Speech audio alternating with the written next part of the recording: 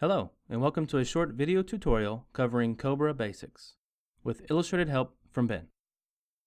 We are going to assume that since you are tuning into this video, you've recently left employment or will be leaving soon, and aren't sure what to do about your health insurance. Fortunately for you, your employer qualifies as a COBRA-eligible employer, which entitles you to temporary continuation of your employer-sponsored health plan under certain qualifying conditions. COBRA stands for the Consolidated Omnibus Budget Reconciliation Act, which was passed in 1986 to amend previous laws governing the employee continuation of employer-sponsored health plans.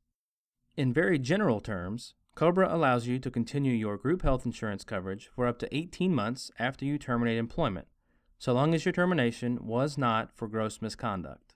In technical terms, however, COBRA has many more wrinkles to it than that. Let's start by defining some key terms. First of all, COBRA only applies to health coverage. This means only certain plans may be continued under COBRA guidelines. This includes medical plans, dental plans, and vision plans, but specifically excludes life insurance and disability insurance plans. A person eligible for COBRA coverage is called a qualified beneficiary. This could be an employee, retiree, spouse, former spouse, or dependent children of the employee. Each of these individuals could be eligible for COBRA coverage under certain circumstances. A qualifying event is an event which occurs that triggers a qualified beneficiary's eligibility for COBRA. The list of qualified events varies based on who the qualified beneficiary is. For an employee, or should we say a former employee, the COBRA qualifying events are the voluntary or involuntary termination of employment or a reduction in hours by the employer. The only exception to this is a termination due to gross misconduct of the employee, which then makes an employee ineligible for COBRA continuation.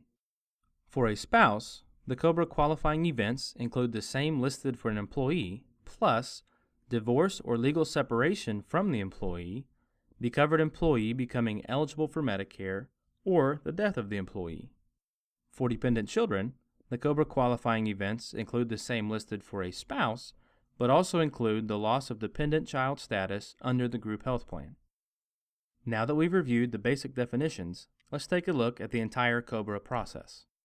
Once a qualifying event occurs, an employer has 14 days in which to notify each qualified beneficiary of their COBRA rights. This notice contains all the particulars of each qualified beneficiary's COBRA options, the costs, and instructions on how to elect COBRA if one so chooses. The beneficiary then has 60 days from the date of the qualifying event to make their COBRA election. If COBRA coverage is elected, the effective date for the coverage will be the date of the qualifying event.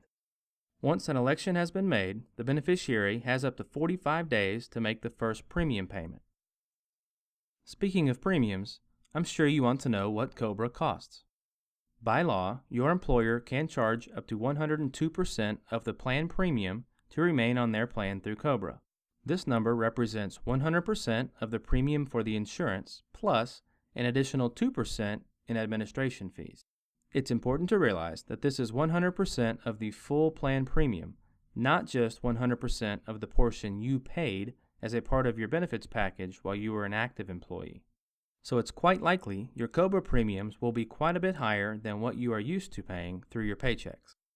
The last question to address is once a qualified beneficiary elects COBRA coverage, how long can they stay on it? An employee is eligible to continue COBRA coverage for up to 18 months. This term may be extended up to an additional 11 months due to disability if certain conditions are met.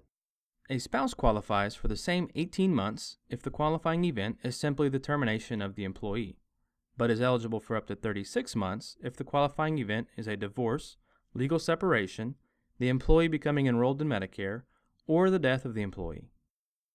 The COBRA term limits for dependent children are the same as they are for a spouse, with one exception. If a dependent child loses their dependent status as defined by the health plan, they become COBRA eligible for up to 36 months. And that's it. That's COBRA in a nutshell. A final thought: when considering your COBRA options, you should also consider other alternatives. If you have a working spouse whose employer offers a health insurance plan, you may be able to get on their plan under a special enrollment provision triggered by your qualifying event. You may also want to consider an individual health insurance plan. These types of plans can vary greatly in plan design and costs and may exclude certain health conditions, so it's important you review the specifics carefully before making a decision. There you go. Now you know. See ya.